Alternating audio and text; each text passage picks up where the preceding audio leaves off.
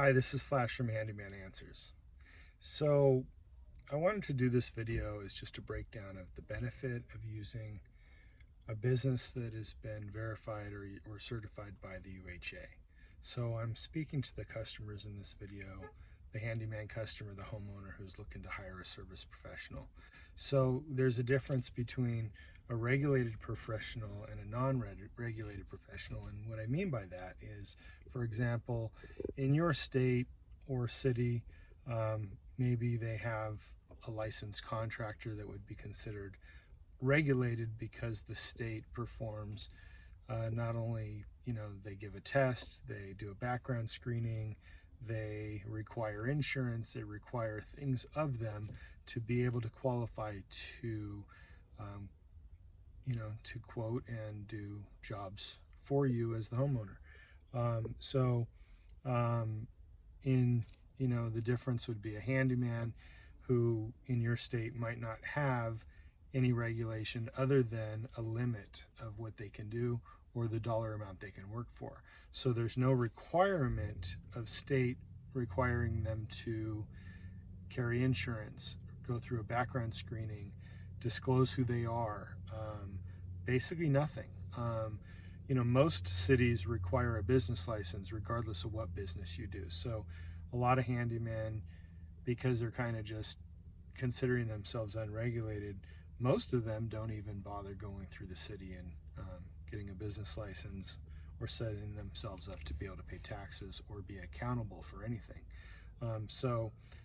They're either asking you to pay them cash or write a check to cash, or they are just having you write it to them personally, and they don't actually have a business. So when you don't actually have a business, there are some responsibilities that you kind of can skate by without considering yourself having any responsibility, because you don't consider yourself having a business. So the benefit of using somebody that is either screened or verified by the UHA, rather you bring them to the UHA and get them screened, or you find somebody on the UHA website. The difference would be that an individual that goes through and registers with the UHA is registering their information. They are providing documents, they're providing, who they are, their address, things like that. If they have a business, they're disclosing their business name, their business documents. If they have a business license, they're sending in a PDF copy of that business license. So what happens is, if something was to go wrong, and say you pay them and they do a job for you and the job doesn't go well or whatever it is, one of the biggest concerns when hiring a handyman is, what happens if things go wrong? Can I find them again? Is this really their name? How do I find them? What if they disappear? There's all these things that happen, and people have just kind of accepted liability with that over the years, and they just know that they expect less when they hire a handyman than they do when they hire a contractor. But it's my feeling that we shouldn't be accepting less. We shouldn't be expecting less. We should be expecting a business, an individual, regardless of what business it is, that sells himself as a business and as a qualified professional, to be held to a standard as a qualified professional, and not giving him the excuse that, well, he was just a handyman. I don't agree with that. A handyman now is supposed to be held to a higher standard. They are supposed to be the more qualified person, if anything. They're the ones that are physically doing the work in most cases. So they should be held to a higher standard. So the UHA, a business will come to the UHA and they'll register their information with the UHA and say that, to be able to say, I'm a registered business, so that if anything, you can contact the UHA and you can find out anything you need to know about them.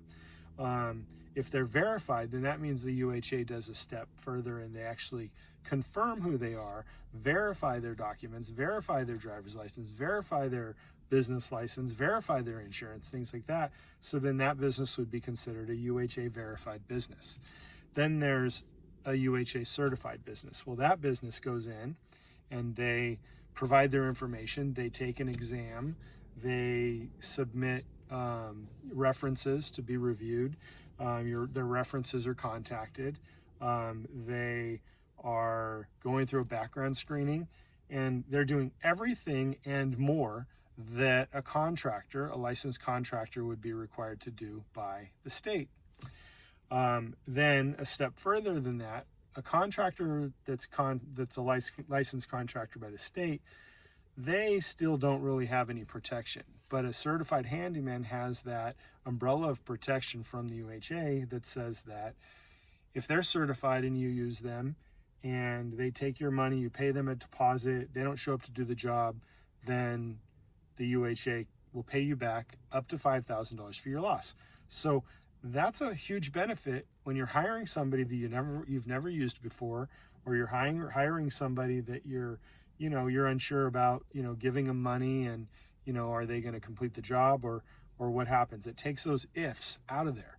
It's the if remover. It's like, it's just that umbrella of protection that you can't get anywhere else. No other industry, there is no other association, there's no other industry that offers that level of protection when you hire somebody that's certified by them.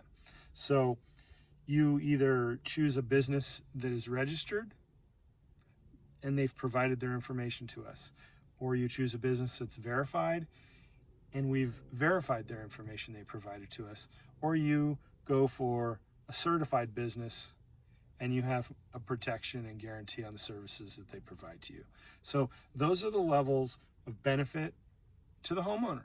So if you ask yourself, because I wonder, why wouldn't you? Why wouldn't you go to your handyman and say, are you registered by the UHA? Are you verified by the UHA? Are you certified by the UHA?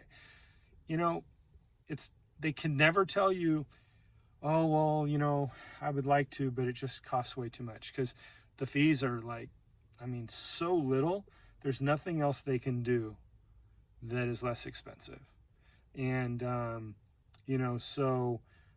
we're there to help them in every aspect of their business. So they benefit too. They get a website, they get insurance, they get business help. If they have trouble collecting from you, they get help. So it should be a no-brainer, but the problem is that, you have a bunch of guys that have been doing business on their own, under the umbrella, under the radar, not being held accountable, and just giving excuses. So when you go into it and think, well, he's just a handyman, yeah, I don't expect much out of him, he's just a handyman. And believe me, if you haven't felt that or thought that, I hear it all the time. Well, he's just my handyman, I don't really ask anything of him. So in a way, it's like, it puts down the industry and it puts down the handyman. I would think that the handyman would be like, oh my gosh, I have a skill, I have an amazing talent, and I am like the only person you need to call, and I'm going to take care of everything in your house. So I deserve respect, and I'm going to be accountable. I'm going to be accountable for who I am and how I expect to be treated and respected. So you should accept or expect the most out of me, because I'm going to be the most for myself. That's the UHA. That's the whole thing. That's the UHA slogan, is excellence expected. So don't think of your handyman as somebody who doesn't need to be held accountable. Think of your handyman who is a skilled professional that should be a professional, should have a business, and should be accountable. So go to the UHA and bring your handyman, or find a handyman, and let the UHA screen them. Let the UHA certify them. Let the UHA verify them. Or at the very least, let the UHA register them. So this was Flash with Handyman Answers. Happy home repairs. Take care. Bye.